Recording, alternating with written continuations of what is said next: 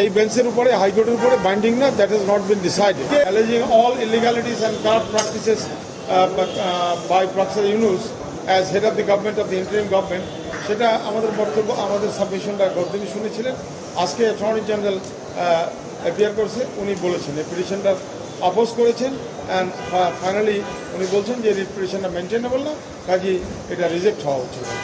সেটা তার উত্তরে আমরা বলেছি যে না, আগের যে পিটিশন উনি মহসিন রশিদ আরেকটা পিটিশন করেছিলেন আর্টিকেল 106 অফ দি কনস্টিটিউশনের আওতায়, ওই রেফারেন্সের পিটিশনটা, সেইটা ডিসাইড হয়ে থাকলেও সেখানে কোনো রুল ইস্যু হয়নি, এপিলেট ডিভিশনে কোনো লিভ গ্রান্ট করেন নাই, কাজে ওই অর্ডারটা এখানে বাইন্ডিং না, এই বেঞ্চের উপরে হাইকোর্টের উপরে বাইন্ডিং না, that has not been decided. ওটা কোনোভাবেই ডিসাইড হয়নি, ওটা ডেলিভারেশন হয়নি, ওটা ডিসকাশনও হয়নি।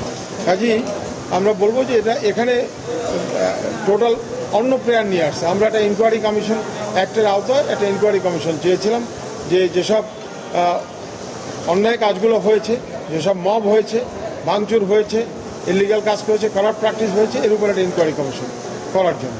তো কোর্ট শুনে আজকে এটা সামারি রিজেক্ট করেছেন, শর্ট অর্ডার দিয়ে রিজেক্ট করেছেন। একটা ডিটেলস অর্ডারটা পরে দেবেন। যাবো, অফকোর্স যাবো।